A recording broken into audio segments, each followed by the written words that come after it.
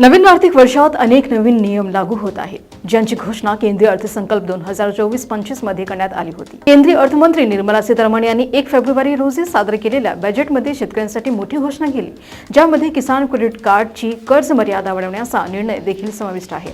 आता शेतकरी 3 लाख रुपयांऐवजी 5 लाख रुपयांपर्यंत सहज कर्ज घेऊ शकतात। किसान क्रेडिट कार्ड हे शेतकऱ्यांसाठी एक महत्त्वाचे बँकिंग साधन आहे, ज्याद्वारे ते शेती संबंध गरजा पूर्ण करू शकतात। बियाणे, खते, कीटकनाशके यासारख्या शेतीसाठी लागणाऱ्या वस्तू खरेदी करणाऱ्यांना मदत करते। पीक उत्पादन आणि त्यांच्या संबंधित रोख आवश्यकांसाठी वेळेवर आणि परवडणारे कर्ज उपलब्ध करून देते। 2019 पासून पशुपालन, दुग्ध व्यवसाय आणि मत्स्य व्यवसायाशी संबंधित कार्यशील भांडवलाच्या गरजा देखील यात समाविष्ट केल्या आहेत। मात्र यंदाच्या अर्थसंकल्पात सरकारने कृषी मंत्रालयाच्या बजेटमध्ये 2.75% कपात केली असून आता ते 1.37 लाख कोटी रुपये राहिले आहे।